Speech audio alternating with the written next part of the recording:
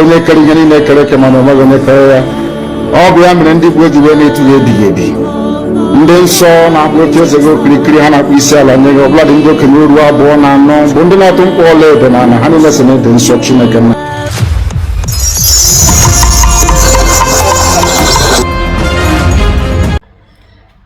Hello, lovers of freedom all over the world.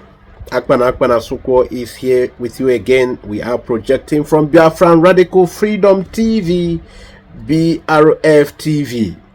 Today we are going to talk about the beautiful things that is happening, or things that are happening to Biafran favor. Yes, there are a lot of good things, and this you are going to be pleased.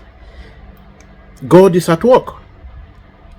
God is at work. Nnamdi Kanu said, if he is being tried or being arrested for doing this, that Biafra will come faster. Today, Biafra is coming faster. An organized government in exile is working very assiduously, and God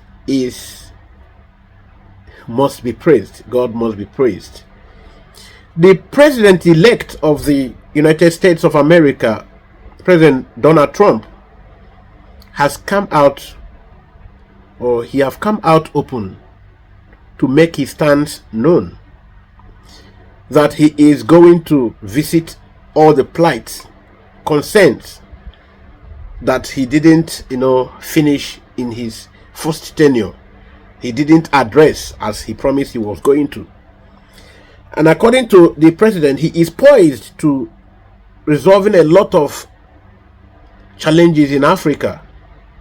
Given that if a lot of concerns in Africa are left unaddressed, the global community will be in fear, because a lot of African places will be used as a ground for recruiting terrorists. The president, according to Elias Garasulis, the lawyer and the Biafran consultant, or the Biafran Republic government hired negotiator,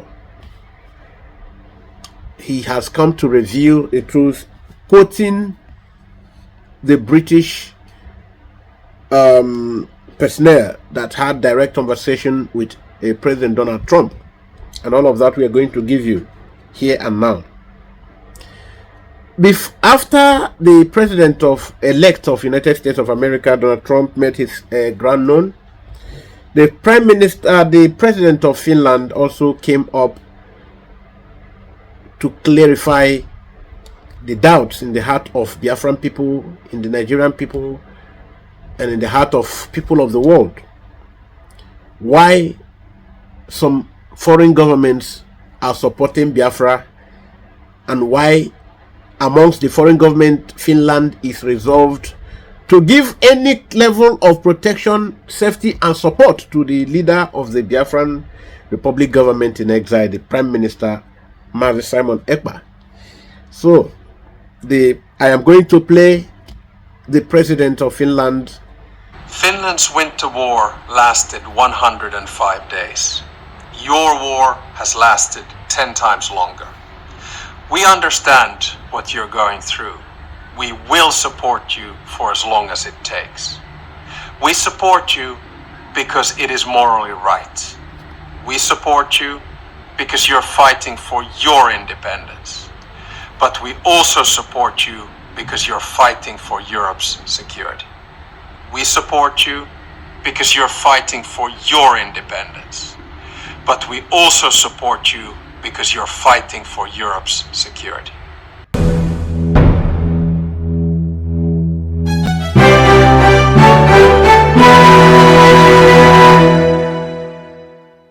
The ground of Finland and some foreign powers who are supporting Biafra. That you will hear. I mentioned it in the previous video, but I'm giving it. I just said I'm going to talk about it in the next video, which is this.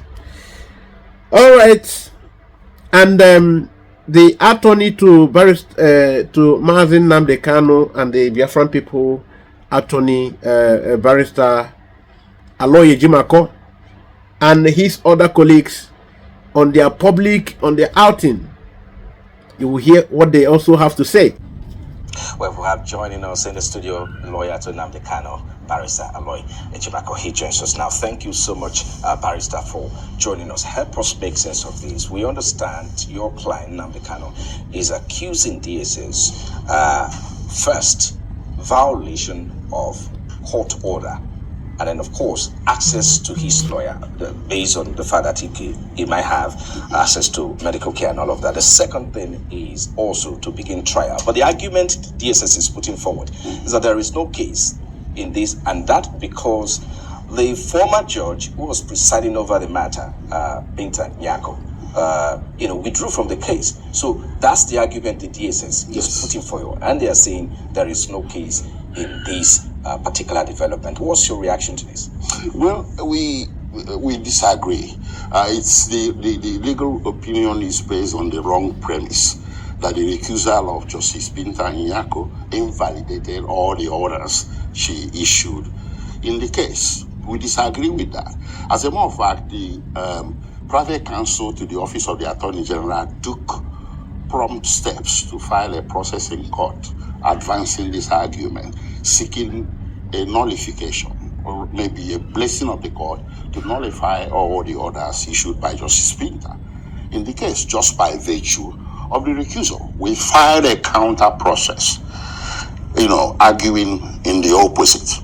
And we disagree with this totally, because if you indeed, all these orders are null and void by virtue of the recusal, it is also the same Justice Binta Nyako who issued the order of remand that led to the detention of Mazi Nnamdi Kanu. So, as a matter of fact, our counter argument can be used as a sword and shield.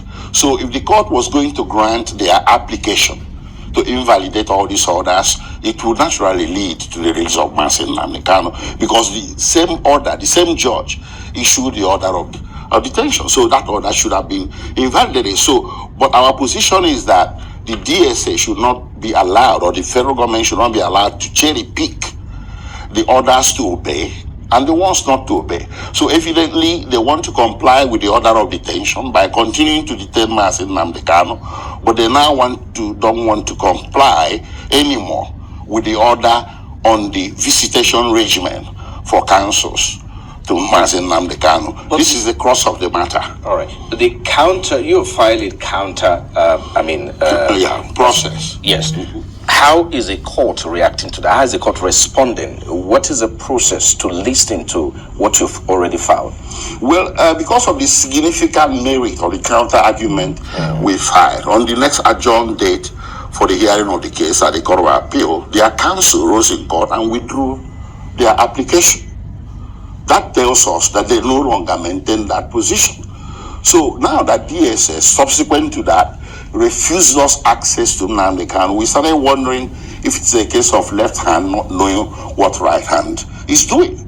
Because we did advance the information to the DSS and said, listen, the application or the legal position upon which you are placing restrictions on counsel to Mazi Nnamdi Kanu has changed or has been withdrawn by your counsel. But they continue. So that left us with no option than to pursue some kind of judicial action to get DSS to comply. So I proceeded to court to file what is called a Form 49.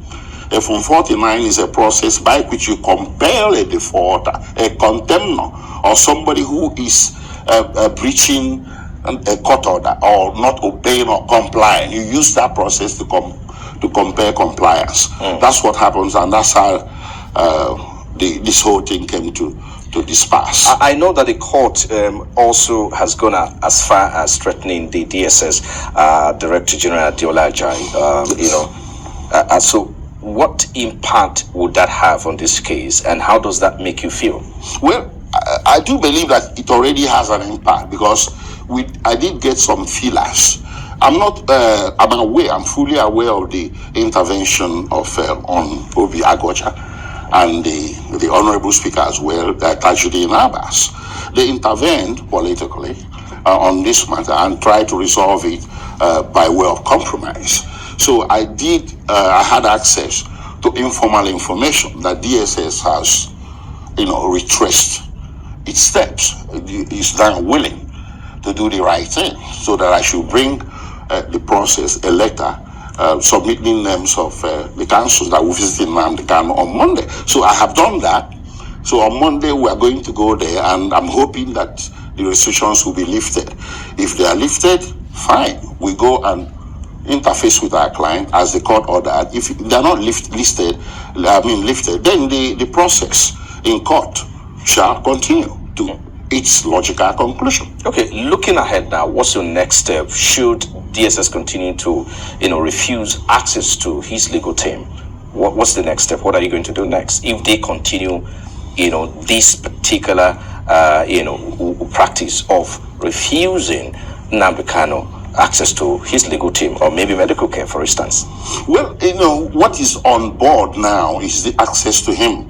Yeah. He's entitled to have access to his counsel under Section 36 of the Nigerian Constitution. That's right. Nobody is supposed to mess with that. And then this one too was supported by a court order. You have someone in detention where he's not even supposed to be. He's not supposed to be detained at the DSS in the first place. DSS is a glorified holding cell. He's supposed to be detained in prison, where these restrictions normally do not institutionally occur. DSS is a security environment with restrictions built in place that they take for granted. But these restrictions don't go well for detainees. So we don't want to break their back or to compel them to change their system overnight just because of our client. But if you insist on detaining him at that place, that location, where he's not supposed to be detained, then you have to make certain adjustments. If you don't, you are going to get in trouble with the court that issued the order. All right. Just before I let you go, Barrister, speak to us. There are narratives out there that the reason why we're still having the issue of insecurity in the Southeast is because Nnamdi Kanu is still in detention. Confirm to me, is that true? Will the release of Nnamdi Kanu address the issue of insecurity in the Southeast, particularly we'll talk about the unknown gunmen and all of that? He said it himself in open court. Recently when he addressed the press after the court session, he said it himself. He has that confidence. He possesses that confidence, and the aura. He has the aura, and he has the followership, and the clout, and the influence to change the tide of things in the Southeast. But would that be misinterpreted as, being the foundation for insecurity? Because if he said it himself, that until he's released, before security or peace can return to the Southeast, isn't that a kind of indictment or his own part? No, it's not. It's not. You see, nature abhors a vacuum. There was insecurity in the Southeast before this time around, before his rendition. There was. Maybe you had kidnappings, robberies, what have you. But you see, the rendition of Mazi Nnamdi Kanu and his continued detention, have altogether fueled a new regime of some people who latched onto that to cause mayhem. So it has become a constant factor for good, bad, and ugly. He meant for good, but people latched on. Bad people are latching on to that. I have seen situations where some gunmen were arrested and they say, well, we are doing it for Nnamdi Kanu. He never sanctioned any such thing. He headed a informed and headed a non-violent organization. And he remained committed to that until when he was rendition. So people can go out there, and try to do unlawful things based on that, either out of mischief or maybe they believe in what they are doing. But when you remove the constant factor, which is his continued detention, tell me whether anybody will have further excuse to commit any mayhem or to engage in any act of insecurity. No, it wouldn't be. It doesn't mean that Nnamdi Kanu's disciples are the ones responsible for the insecurity. That is far from the truth, because he himself has condemned it openly in court and made the distinction between a genuine agitator for the referendum for Biafra and someone who is using it as a stepping stone or an excuse to commit criminality. He made that demarcation very clear. All right. I think we just have to leave it there. Hopefully your prayers to the court will be granted. Thank you so much, Barrister Aloy Ejimakor, lawyer to Nnamdi Kanu. Thank you for coming. Thank you, Frank. Thank you.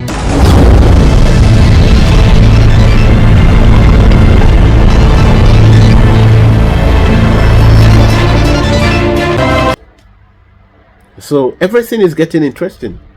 Everything is getting interesting. The Barrister Aloy Ejimakor cleared the air upon some crafty question from the television house to get him, either indicting him as Nnamdi Kanu or indicting Simon Ekpa, from the coined question which is supposed to hook the barrister. But as a very smart lawyer he is, he gave them the rightful answer or response. And also the other barrister, who we used to see as a busybody barrister, like he is, but many times he is also a man of truth, just for the busybody that I don't like, but he's good. There's someone we begin to imagine, had he been Iscaro White, the man who was sent to study law, but he went to study cosmetology, which caro that will be mixed with the other caro to give this particular complexion, which caro that will meet with the other caro, when it should be lotion and when it should be oil, when it should be this, when it should be that. And this is what that particular one knows, when it should be cleanser and all of that. The one that removes spots. Somebody whose parents sent to go and school to study, went to study cosmetology because he liked hoteling. He liked hoteling so much. No matter whose hotel it is, others went to study. The difference is clear. When a lawyer speaks, he speaks his command, his command over English, his command, he shows that he's a master of what he do. But when Caro speak, Caro fidgets, damble from left, right to center without making any point. We are not here for Caro. We head in for the reason we are here today. Please, before we go into this program of the day in details, this is Biafra Radical Freedom TV. If this is your first time of seeing or joining us, please do good to subscribe to this channel. As you click on the subscription, also click on that notification provision where there is bell, the symbol of bell inscription. Click also on it. As you click on it, I know you like the video. As you like the video, click on the like too. Thank you. Please, your comment will be also important. Comment, kindly comment, and respectfully. Do us very good favor by sharing it. When you have done this for a few things, you would have helped us a lot. And the Chiukwu will continue to bless you, protect and shield you. All right. The president-elect of the United States of America, President Donald J. Trump, has made his ground known that in his administration, in weeks to come, that he will make sure he address a lot of independent challenges in Africa. that he is going to start with Somalia. He is going to start with Somalia. Report from Elias Garasolis, the Biafran, the legal luminary consultant negotiating or standing as Biafran negotiator, one of the Biafran negotiators in United States of America. He got direct information from a first hand and he is relaying it undiluted. U.S. recognition of Somaliland is very important. It will lay the groundwork for U.S. recognition of other emerging African states such as Biafra and Akukwaka here. Can somebody shout hello, hello? Can somebody shout hallelujah? Because it is a very welcome development. As the Trump government recognizes Somalia, Biafra will also be declared. And by the reason of the ties between Biafra and a lot of the cabinet members of the Donald Trump government, starting from the campaign team that produced him, delivered him, to the appointees, and to everybody around him, Trump will be one into coming to, salvage the world from from this part of the world being a terrorist grouping or grooming territory. That can only be done by supporting Biafra. So he is going to do that. So according to this American lawyer, U.S. recognition of Somaliland is very important. It will lay the groundwork for U.S. recognition of other emerging African countries such as Biafra. This will boost the new U.S. policy on Biafra we are forming. So Somaliland has also been working hard in making its case in Washington, D.C. for a very long time. This should be an inspiration for our effort. Mr. Elias Garasolis stated on his Twitter page, that is X handle. Then he cited the British a high-ranked political officer with support of Trump's first-term Assistant Secretary of State for Africa, Tibor P.N. Nagy, Envoy Dr. J.P. Farms, and dodging by Brits prospects for U.S. recognition of Somaliland raised from unlikely to conceivable would be okay, whatever.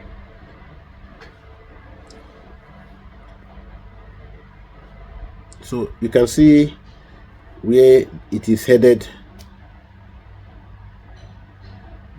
Now coming from Martin's Plout.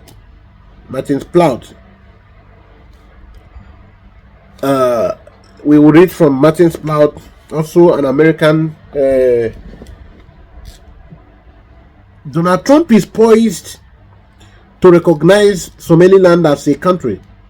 According to former UK Defense Secretary, this is Martin Plout from America speaking, Sir Gavin Williamson said he has held talks with Trump's team about the recognition of Somalia. You can see how it's going smoothly. I read again from Martin Plout. Donald Trump is poised to recognizing Somaliland as a country. According to a former UK Defense Secretary, Sir Gavin Williams said he has held talk with Donald J. Trump's team about the recognition of Somaliland.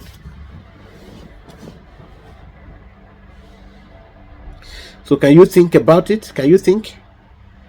it is something you need to think about. Reflect on it. This is how Biafra is getting recognized in this same tenure. Biafra is getting recognized in this same tenure. Hence the declaration. How many days to go? About 10 days to declaration.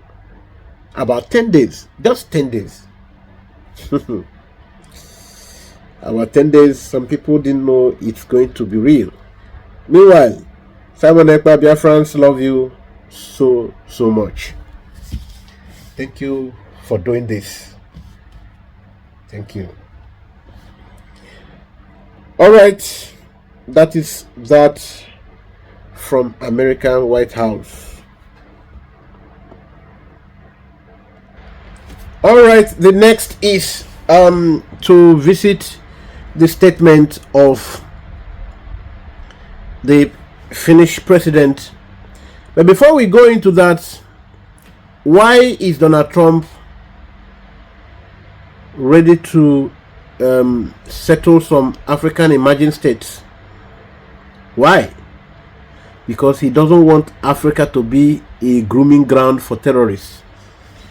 So wherever the terrorists are coming with satanic agenda to coerce everybody into some crazy religious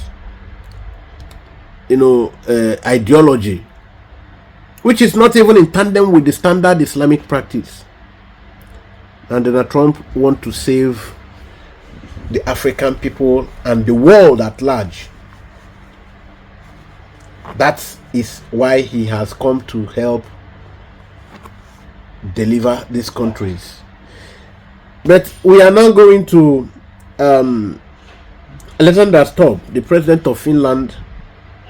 We are going to hear from him why Finland and other European countries are supporting the freedom of Biafran people. Donald Trump has mentioned Somalia and soon we enter to others, but the Finnish president has come clearly to talk about Biafra. Why they are going to support Biafra, and why again this support is necessary. If not, if they don't do this, the whole world will be at risk, including Europe, because terrorists will be groomed. Because the nature, a lot of nature abhors vacancy. So any vacant container, something else will occupy it. So there must be occupation. So that we are going to hear from the Finnish president. There we go. Finland's winter war lasted 105 days. Your war has lasted 10 times longer. We understand what you're going through. We will support you for as long as it takes. We support you because it is morally right. We support you because you're fighting for your independence.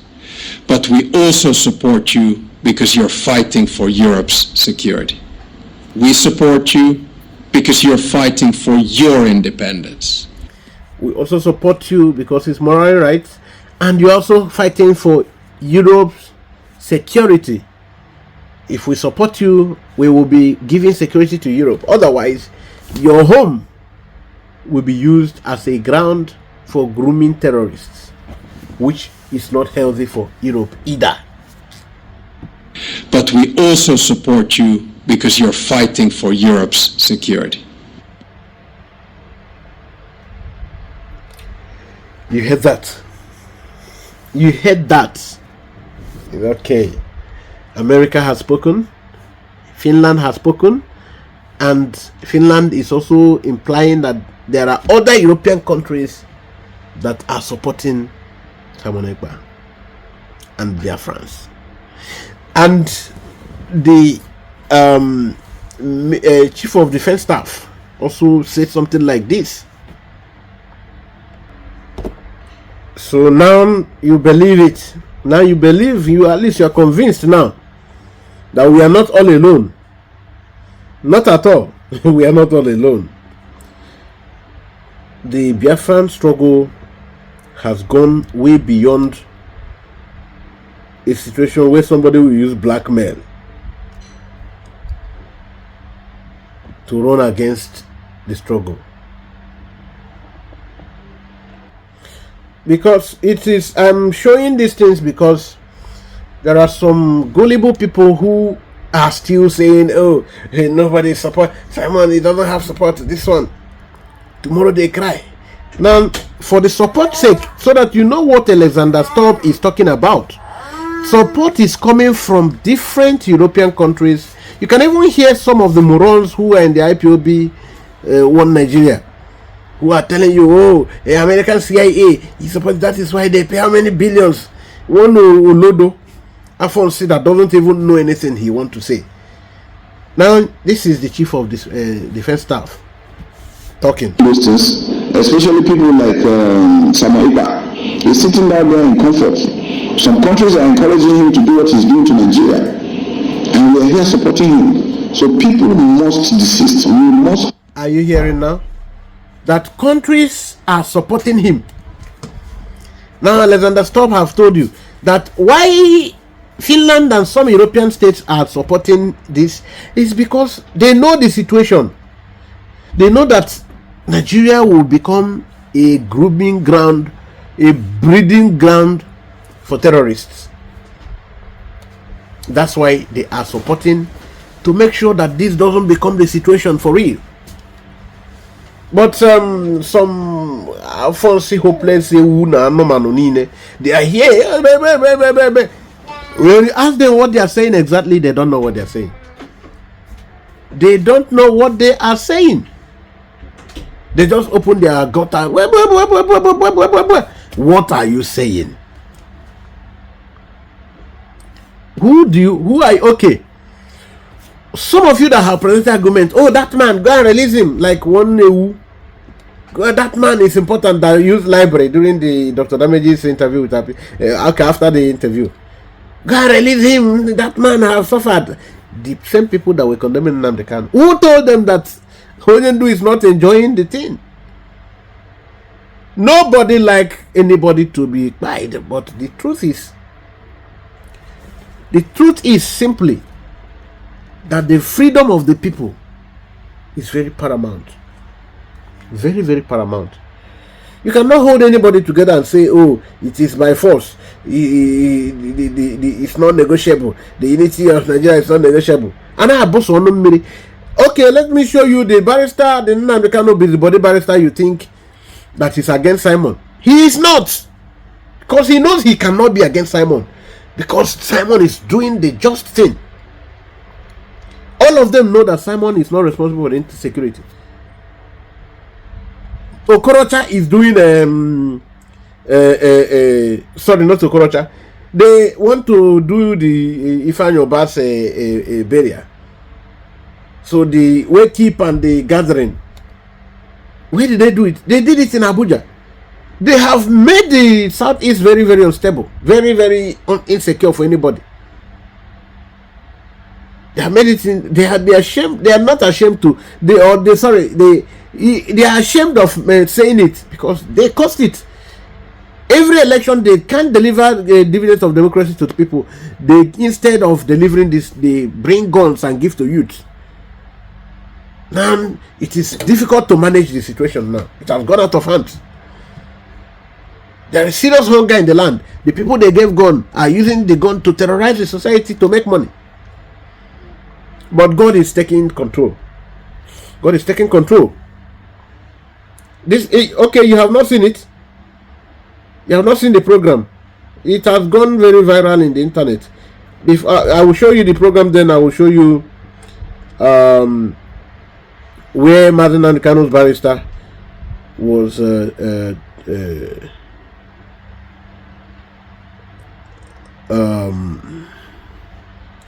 addressing the television station. So let us see. You see Okorocha? This is Okorocha going on. Thank you. My people, my people. Thank you. Okay. As we round up this night of tribute, let it be known to all men that life is an inexplicable pattern of mystery, where no man knows when he was born and when he will die. And this notorious fact is deeply rooted in the fact that every man is created by God with his works, and the talent are the guides. Are you hearing that? At the close of the night of what? This is what we call wake keep. So they are doing wake keep in Abuja for dead Alphonse. Wake keep in Abuja. Emmanuel Iwanya was buried. They say, oh, if you go, why is Emmanuel Iwanya, would there no casualties? Because he became serious, he became somehow real about calling for the release of Nnamdi Kanu, and the people began to forgive him for all his atrocities. Because anything that you will do, but if once you get real to fight for Nnamdi Kanu and Biafra, you will be forgiven. That is how the Igbo man is. But for these ones, why are they running? Because they know the Igbo man cannot forgive them. They know. Now, you're here. Are the guides. For no man can grow above or beyond his destiny. For every man's destiny has a relationship with God. So let's be with Ifeanyi Uba. Let it be with the Nnewi-born politician. Let it be with our brother. Let it be with the great philanthropist, don't the call great leader. here. Don't call philanthropist. The motivator. Let it be the lover of mankind and citizen of humanity. Rochas, you don't do. No, Chiukwu's. Rochas, you don't do. You don't pass the way we want to make you talk. So you can see that's the way keep. That's where they are now doing it. Hopeless Odimba did his daughter's marriage in Abuja too. So that's what they have been doing. They have set the house on fire. If you break your pot, if you burn your bed, destroy your bed, where will you lie down? You will lie down on the floor. That is it. If you break your bed, destroy your own bed, even I couldn't deny, you will lay on the floor, on the bare floor. That's the situation. That is the situation. Now, when Akpabio stood up to talk, Akpabio also said he's going to deliver Okorocha's message, where Okorocha told him that Igbos have been so marginalized, really. But he is going to convey the message to Tinubu, and something will be done. So that one, of course, is a stooge, anyways. Akpabio. Okay, now let us see what. And of course, you see, they are the one that encourage all these people. When they carry gun, they will share gun and everywhere, and also create different vigilante groups that will help them, bully in their elections. In the name of, they do this, put up these vigilante groups in the name of serving the public. Whereas these are part of the criminals they give guns. Everybody can see what is happening in former Anambra State now. That is the situation.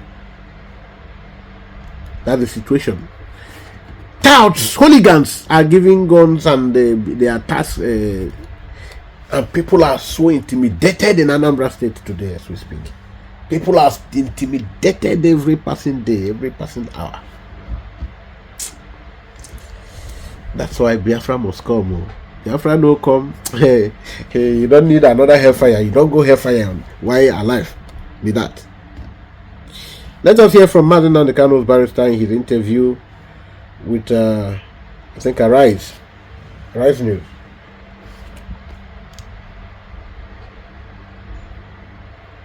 And a lot of people were agitating. So now that you have arrested, you come down who was wicked that time. Nnamdi Kanu came up. Now that you have arrested Nnamdi Kanu, someone is there. I think this data from Ned Nwoko was telling you that even if you arrest Simon Ekpa today, another Simon Ekpa will come out. So the issue there is that address all those issues. The reason that can negotiate with him and allow him to continue with his agitation. If he meet the criteria of being having his own Biafra, so be it. Don't tell us that this country is not negotiable. Is not negotiable. The unity of this country is not negotiable. It's negotiable for Christ's sake. Because if things are not working the way it's supposed to be, I told you the other day I came here. I said that somebody from China has a say in this country and somebody from Southeast. So let's use what is going on now. The president is from where? Vice is from where? Speaker is from where? Senate president is from where? CJN is from where? Court of Appeal president is from where? National Industrial Court president is from where? Chief Judge of Federal High Court is from where? You are telling me that yes, now that we have removed Kennedy Hanele and they are now brought in Chiukwu, that the people of Southeast will jubilate. Are you talking to idiots? Look at the people that you are talking about. Check, let me start with the source. In football, the people that have made Nigeria proud are the people of Southeast. In commerce, in aviation industry, name it. In academics, they are from people of Southeast. But when it comes to power, they are not qualified. I will tell you, Mr. President, from the first day you are inaugurated till as I'm talking to you, all your policies, administration is totally against the people that we are governed. Now, okay, you can hear that from Barrister Maxwell. That's what I call the busybody barrister, a lawyer to Nnamdi Kanu. But he is a very good brain that you cannot remove. And he is very outspoken and he is very truthful. The problem is that sometimes he do busybody. But I love him. Yes, that's the truth. That in this country, Nigeria, that foreigners, somebody from India, somebody from China, somebody from anywhere in the world have more recognition, has more acceptance, is more valued than an Igbo man, and you want him to remain in that country. He said, to hell, that you cannot tell Nnamdi Kanu to stop agitating. In as much as he meet the criteria for agitation, that you must allow him to continue with his. That is very, very simple. For those who think that Nnamdi Kanu is going to yield, Nnamdi Kanu is not yielding, he's not giving up. He is not giving up because he don't know. Nnamdi Kanu is still very strong. He only told you that for the other dimension of the struggle, he is introducing somebody to hold the center for him. That Simon Ekpa is the person. So, and some people are going, whoa, Simon Ekpa. Look at Barrister Maxwell here. He have told you that when you lost Ojukwu was there, Rike was there, Nnamdi Kanu, and today Simon is in charge. That even because Barrister Maxwell is the one who remember when he wanted to mention Simon's name as the person destabilizing the land. But he's telling you today that Simon Ekpa is fighting for the same cause with Nnamdi Kanu. And that Nnamdi Kanu is still solidly behind him. And that Nnamdi Kanu cannot give up. And that you cannot give Nnamdi Kanu a condition for bail because you know that he did nothing. And that he is coming to continue. Unless you meet everything that will make him to pipe low. But asking him as a command, as a grant for stopping, that is not going to work because it's not true. That is not true. And some people say, after all, now the Southeast politicians, governors, this one, they are moving. They want Nnamdi Kanu to be released. Somebody say it's a lie. Who is that person? So, and that Anoman, that moron that they call him, is it David or what is that Ewu's name? The Atro now, that you should know the Atro I'm talking about. Must I tell you everything? You know the Ewu that I'm referring to here. You should know the Ewu that is always coming to show himself. Let me, maybe when I play it, I don't know if it is David or what. So you will see. I will show you. Where's that outro? Let me give you the outro here. Because Showore was trying to make the thing clear. Showore was with that Ewu telling him that when he do overhear him, say make some certain comments, against the Biafran agitation, and Showore was telling him, Oga, he make you kind yourself down, All those Southeast governors you think they are moving for, they are none of them want Nnamdi Kanu to be out too.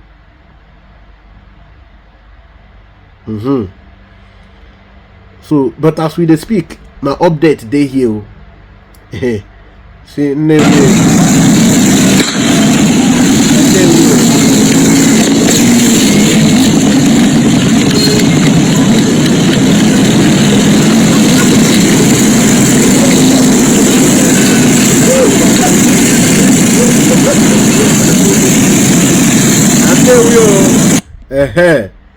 onye ọbụla nọ n'ọsọ ọkanọbịa ngwere n'ụzọ onye ọbụla nọ n'ọsọ na Nnewi, because they want to bury a man that committed atrocity. Nwoke kpara alụ.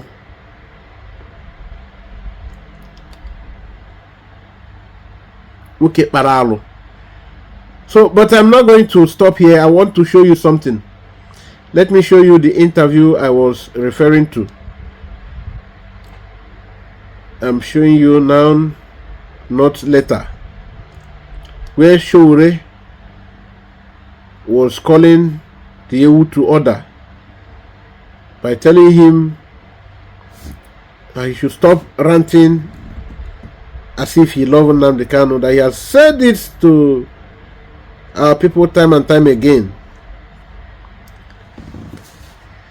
that the Southeast governors, the politicians who are telling you they are working to release Nnamdi Kanu, they are actually the ones that are keeping Nnamdi Kanu, and then Tinubu capitalizes on that to continue what he is doing. Showore, where are you? Showore, where are you? I'm looking for you now, Showore. I want to show you what Showore. Why can't I see this now? All right, Showore here.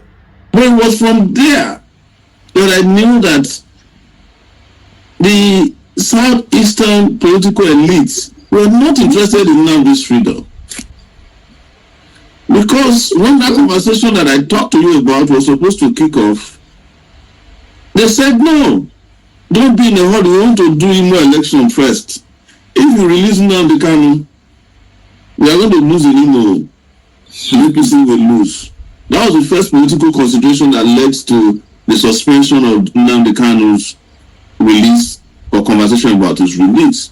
Politics. And it was championed by the Southeastern political elite. And I have spoken about this publicly. And nobody has denied it.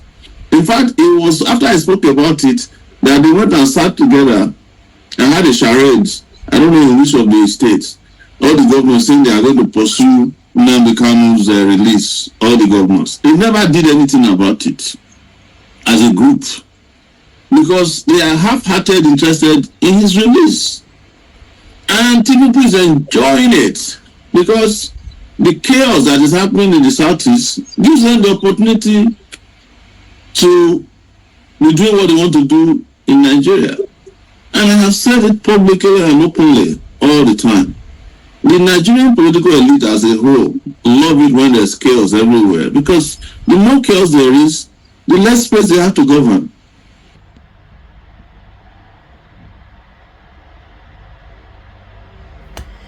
Okay, this is it. You've just heard that. That is Showore with the Anoman Ochede. Now, this is the one that was ranting, calling our PM names, you know. And we should take our agitation to Abuja and sit at home there in Abuja. Now, you can see where he is now calm, as Showore is telling him. That the people holding Nnamdi Kanu is the Southeast governor that told him they were going to release him. They are working on it. If you believe on they are working on it, Nnamdi Kanu, all his ajam with Chala White there, because they don't want him to be released. he was more popular, more accepted than all of them put together. So they don't want him to be released. You get it now? Because some of you will think, okay, now after Okorausa talked to, when somebody, the only way to come into political limelight, religious limelight, is mentioning Nnamdi Kanu. Everybody, prophecy from north, from south, prophets from everywhere. Once you mention Nnamdi Kanu, you boom. That is what Ebukobi used. That is what all of them are using. Prophecy, oh, God begin to show me, and all of that. The politicians, once they mention, some people were asking, Soludo, Papa Guy, you were the one telling us this thing, this beautiful thing, so that Biafra, and he even organized conferences. And once he won election, the first assignment is to stop Biafran agitation and sit at home. You want to believe Nigerian politicians? Immediately, Rochas Okorausa talked to Akpabio. Akpabio responded that he was going to deliver the message, and in his capacity, so he would try to make sure that our plight is accepted. And in his normal way, he sounded very friendly, but in reality, we know him. But you need to hear him. Notwithstanding, the senators are determined to be in no way to honor Senator Ifeanyi. And I'm saying that because even my dear wife, Ekaite Unema Gospel Akpabio, one of you, I don't take the threat lightly. Somebody said, if I don't, is it Rochas, my people, that said, if I don't take the message to the federal government to do one or two things, that it will come from my wife. I got scared. But I know I'm standing here, all the strength I have is because of the prayers of my wife. I don't know. So I want to plead with Rochas. I will come to your house personally to inform you after I've delivered the message to the federal government. So please don't contemplate withdrawing your daughter from my house. I don't know what I would have done. But I thank all of you. On behalf of the 10 Senate, on behalf of the distinguished senators, Deputy Senate President, the leadership, and all of us, we say to Ifeanyi. Let me just mention an incident we should mention tomorrow. Ifeanyi did not like anything about marginalization. He loved Ndigbo so much that when we were clearing the service chiefs, unfortunately one of them has just passed on, may his soul rest in peace. Ifeanyi wanted to talk. Ifeanyi raised his hand, and after a while I was about to close. He jumped up and breached protocol and said, Mr. President, I don't like the way you are marginalizing Ndigbo. How can you marginalize Ndigbo? Ndigbo has not asked any question. Meanwhile, Senator May had asked questions, so many others, but because he had not asked, he felt he was representing the marginalized people of Ndigbo. And therefore, that only his voice that the Igbos will hear. And so we had to stop everything and say, okay, we don't want to marginalize Igbos. So distinguished senator stand up and speak on behalf of Igbo. He just stood up and said he wanted to thank them for assisting him to provide security in their way and sat down. So at any point in time, in fact, unfortunately he won't be there to see the growth of his baby. The Senate passed the Southeast Development Commission, and this is something we feel should have been done immediately after the war. There should have been a special commission to take care of the destruction and the effects of the civil war on Igbo. A group of very mercantile people, hard-working people, who on their own, where would you think you would have taken money to do all they had done? Almost all the Igbo people that I know after the Civil War, the billionaires are all self-made. Whether in the aviation industry, you look at Oyema, whether you look at Chief Okonkwo, who just found out that he wasn't the only one who sponsored Governor Gige. Yeah. And that Ifeanyi Uba was also there, so I expect him and Governor Gige to go and discuss outside. And that is united. Whether I make out for, and so many others. I can tell you that the Igbos are self-made. The Igbos are very proud people. The Igbos are very mercantile. The Igbos are the only ethnic group in Nigeria that when they enter Kano State, they build houses in Kano State for themselves. They don't rent. They turn around the place. When they enter Lagos, they own almost 2 or 3 local governments and build houses and live there. There's no place they go to, they don't make it back.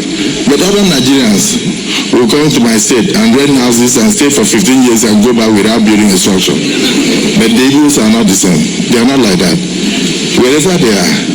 So Ifeanyi Uba represented the cream de la cream of the Igbo enterprise. I can say that his death has robbed us of a great entrepreneur, a great philanthropist, a man of excellence, an advocate. Akpabio, you don't pass your butter. Shut up. Now so they talk with Sakarire. Sakarire. Oh, Etino. All right. This is it. This is what it is. They are holding the waykeeping in Abuja. Is that a welcome development? Now I will show you where Dr. Damages asked Simon Ekpa about this thing. This same question about Ifeanyi Uba and inability to carry out funeral services in Igbo land. Now Dr. Damages was trying to link it to the activities of the secessionists, but at the end see the answer he received, and he didn't know what to say again.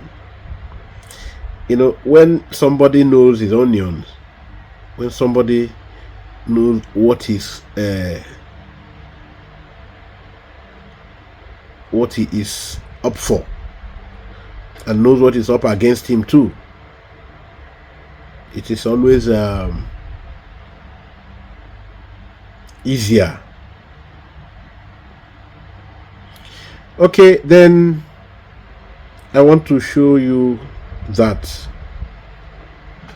I want to show you that conversation. Father 2 years ago from Olo area, and lost I have a friend here in America who lost his father 2 years ago from Olo area, and lost a brother early this year. And none of them, they've not been able to do any funeral because nobody can go home. Okay. And there are so many places like that in the southeast. Is that a good thing? Well, I should be asking you, how are the burial taking place in other parts of Nigeria? No, the way people are reading this, they are saying that it's a consequence of this confrontation with the Nigerian authorities. So how is this confrontation making people not to have burial in Biafra land? Can you explain? Because it's not safe. That's what they say. That's why he hasn't. Who is making it not to be safe? Why are you laughing? No, I want you. This is a discussion, right? No, we're having a conversation. If you cannot answer, let me explain. I want you to you want to answer. No, this is what they said. This is what they said. Okay, so this is what they say. But what about you? What about you? What about your opinion? What do you think is the reason for not having burial? No, I don't have. Okay, now when you this is how you know people who are in the spirit. Oh, and Peter came, James said, they see what they are saying. Oh, they are saying about you, Jesus. Jesus listened to them. So, you mean people are saying all this thing about me? You say, yes, sir. So, this is, they say that you did this. They say you did that. Jesus, after listening to them, said, okay.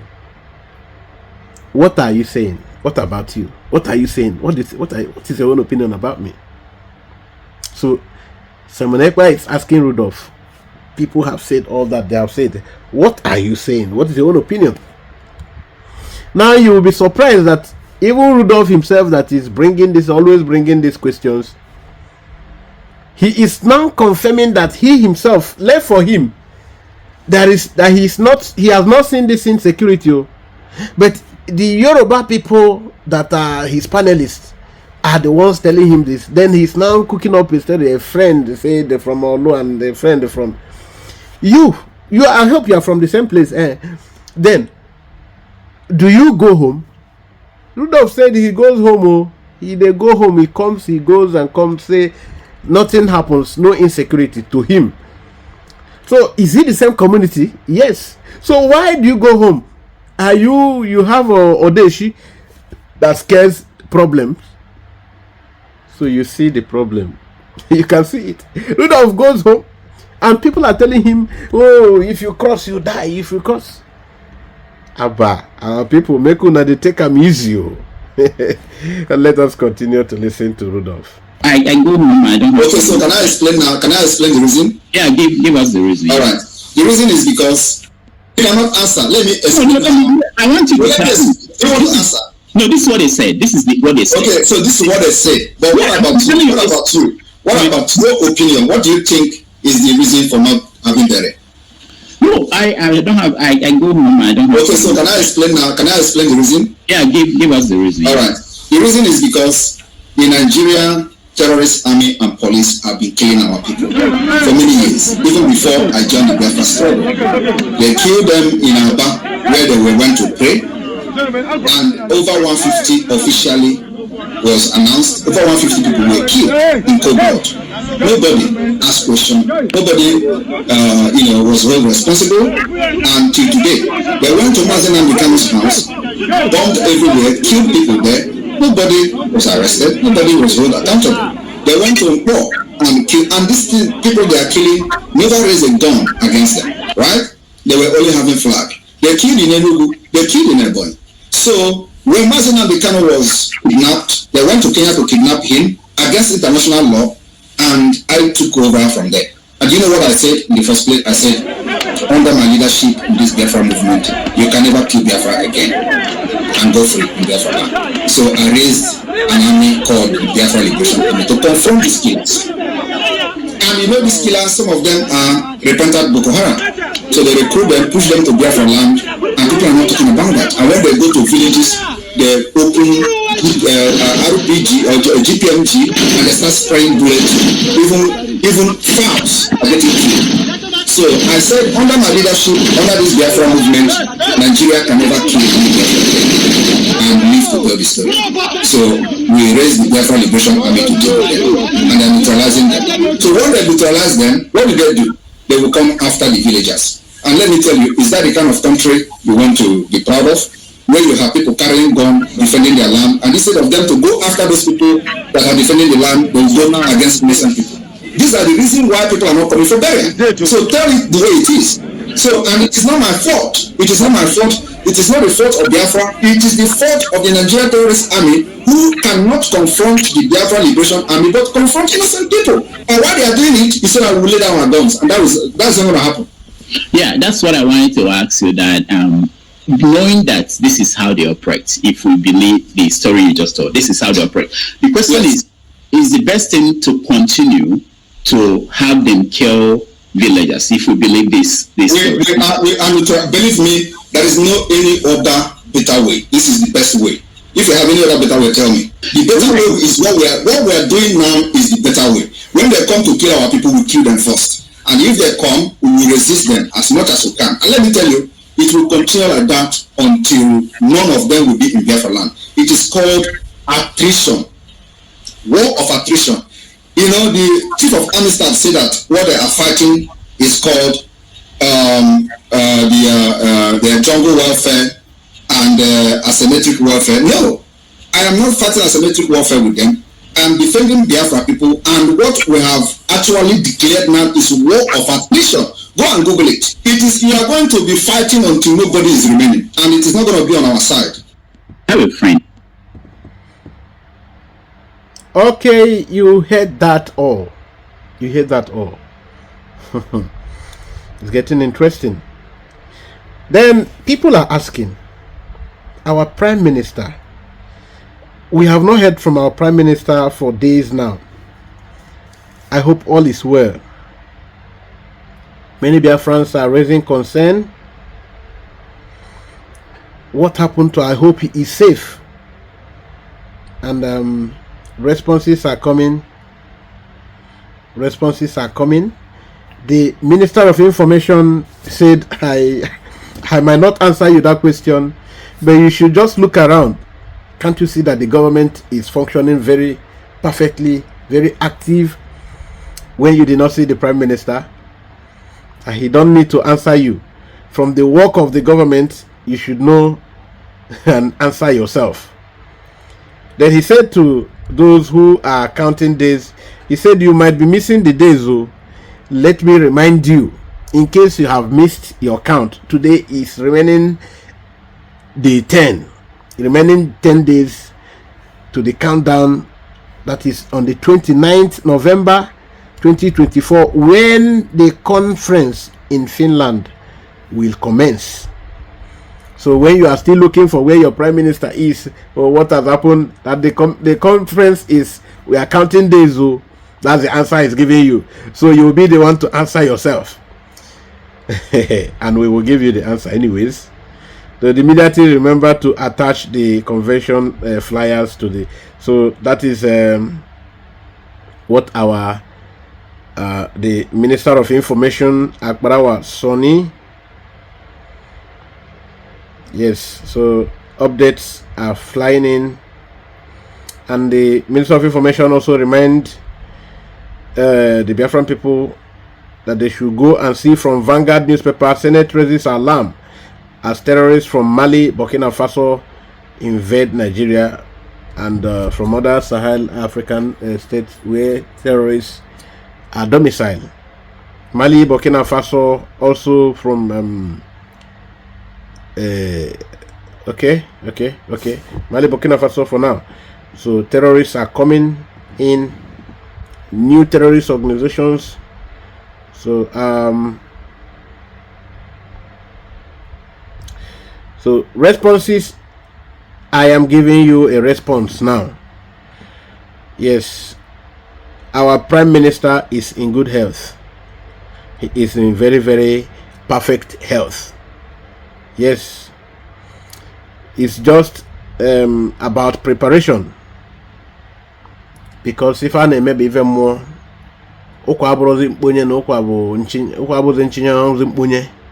so you can understand with him. Yeah, the masquerade needs to be well prepared. The masquerade need to be prepared before coming out to the public space. The masquerade need to be prepared, very well prepared. So what you don't know is bigger than you. That is the response from Sir White. Now, Biafran government Prime Minister set up a government, and the template started from his chief of staff to the last department. The figures before he left on national assignment, because he has gone for national assignment as we speak. We are following the template and his instruction he set up already until he returns. We are working with every damn details. So his minister of at IMC Brigade, you are admonished to follow instructions. Okay, so now the day 10 countdown is there. That the government in exile is a very, very well structured government. So it's unlike what the Ndiara or the other Ndiara are doing. So nobody should panic, because even maybe even more, yes, there will be a lot of trials within these few days remaining. Many people want to try different things, as they can't get him physically, they need to get him the other side. So nwoke need the eat you understand? Because nwoke na eme mmanwụ afụdị mkpa avụgoro gị ime ihe nwoke a na-eme mmanwụ nwoke ji adị ebube ibubo. That is why you are hearing these words from the Biafran public government in exile. The PM will be with you. You will see him very strong on that day. Now, where is our PM? I hope you want to know. It's everybody's quest now. Where is our PM? Where is Master Simon Eba? I know, I'm glad to hear that even you that is watching me, you are like you wish. It's in your mind. You are like, where has he been? It's about 2 days now and we have not heard from him. Is he lost? Have they kidnapped him? What has happened? Calm down. Be calming down. Our God is at work. Nothing will happen. Very soon we hear from him. So we have gotten updates that nothing is happening. He is in good condition. And our regeneration is at high speed. So don't expect him to be coming every time to be addressing us. Now he has a lot to put in for the welfare of what will happen from 29th of this month. So don't be in a haste. Okay, this is it. You have just heard also from one of us. Yes. All right, that will be all for today. That'll be all on this. You remember, Donald Trump, the president-elect of the United States of America, has concluded that he is poised to set some African states free by recognizing their independence, and that he want to start with Somalia. And a little is known about Somalia. Somalia started their independent quest for a very long time now. Since 1981, they started, questing for freedom. So that they finally have they have got what they wanted here. So we thank all thanks to God Almighty, and also thanks to Donald Trump, who has allowed himself to be used by God. And after Somalia, he comes to the question of Biafra. Why Somalia first? Somalia have been very consistent. They never stopped. They have been consistent asking for this, and they have been in the White House lobbying for this recognition, so that they are getting now. But we might be going a little into what happened. So as some people already know, the Somalian Land War of Independence did not start today. Somalian Land Liberation War was a rebellion waged by the Somalian National Movement (SNM) and against the ruling military junta in Somalia, led by the General Sayad Barre, which lasted from the founding days of April 1981 and ended in 18th May 1991. So when the Somalian National Movement (SNM) declared what was the then Northern Somalia independent as the Republic of Somaliland, now the conflict served as the main theater on the larger Somalia rebellion that we started in the 1978. Then the conflict was in response to the harsh policies of the then military junta, the Barre regime, against the main clan family in Somaliland. No, so that's the family of the SAC, the ISAC, including the declaration of the economic warfare of the clan family. Now, these harsh policies were put into effect shortly after the conclusion of the disastrous, they call the Ogaden War of 1978.